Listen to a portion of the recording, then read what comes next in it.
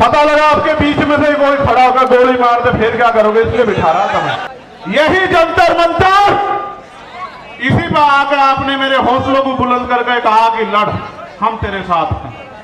और वो दिन है, आज का दिन है, चाहे मैं सीएम पे वाराणसी में जेल गया हूं, चाहे मैं ऐसी एक ताकत को लेके गुरु रविदास घर की तरफ चल दिया था, जब इन्होंने मेरी 250 लाठी मार कर खाल उतार दिए कि सच्चो साहब अब तो एसीपी हो गए। जहां रात को मुझे जानवर की तरफ मार कर घेरा गया, वो यही खड़े हैं। उनके जो साथी जिस थाने में मुझे मारा गया था 2-2, 3-3 बार, वो भी मुझे सवेरे मिले थे।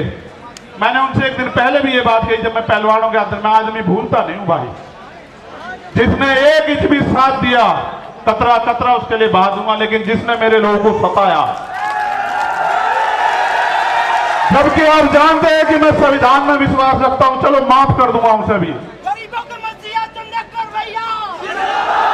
उसे भी माफ कर दूंगा। लेकिन इस बार आपने देखा कि क्या हुआ, जब वो सीबीआई से नहीं रोक पाए, ईडी से नहीं रोक पाए, इनकम टैक्स से नहीं रोक पाए, जब वो झूठे मुकदमों से नहीं रोक पाए, जेल से नहीं रोक पाए, तो कायरों की तरह आके उन्होंने मेरे ऊपर गोली चला दी।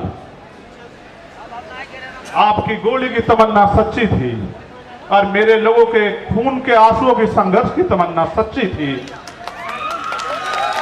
अगर आपके गोलियों की तमन्ना सच्ची होती और मुझे कोई आगे की लड़ाई ना लड़नी होती, तो उसी दिन प्रकृति जो है मुझे खत्म कर देती, क्योंकि गोली का जो सामना वो बड़ा खतरनाक था। मैं आपको ये बात इसलिए बताना चाहता हूं, मैं आपका खून हूं।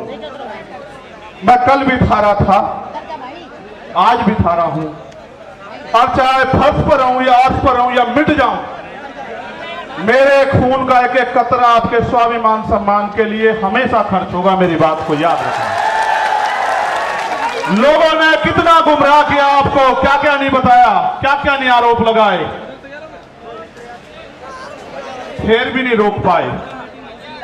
क्योंकि जब एक गरीब का बेटा खड़ा होता है तो बहुत लोगों को तकलीफ होती है। लोगों को लगता है कि ये देश अमीरों का है और अमीर इस देश में राज करेंगे, और गरीब जो है वो खून के आंसू रोगा। मैं आपको ये कहना चाहता हूं कि वो दिन दूर नहीं, गरीब इस देश में खून के आंसू रोने का नहीं, और गरीब इस देश में राज करेगा, ये बात लेके हम लोग सड़कों पर निकलते हैं। और हम तो हर दिन को आखिरी दिन मानते हैं।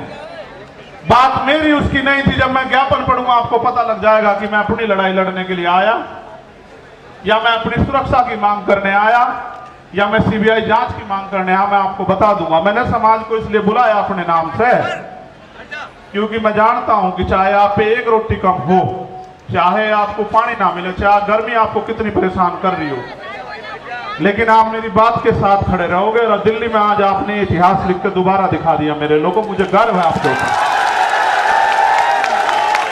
मुझे गर्व है कि मैं गरेट समाज में जन्मा था।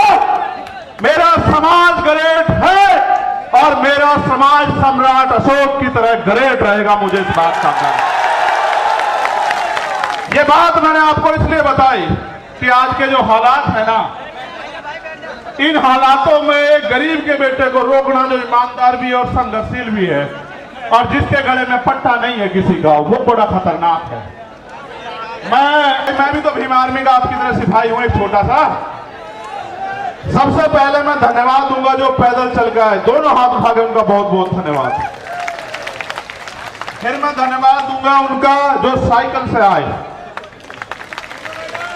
फिर मैं धन्यवाद दूंगा उनका जो बारिश में भीगे, तमाम तरह की मुसीबतों का सामना करा, उनका हौसला नहीं डिगा, जिन्होंने औरों को भी प्रेरित किया।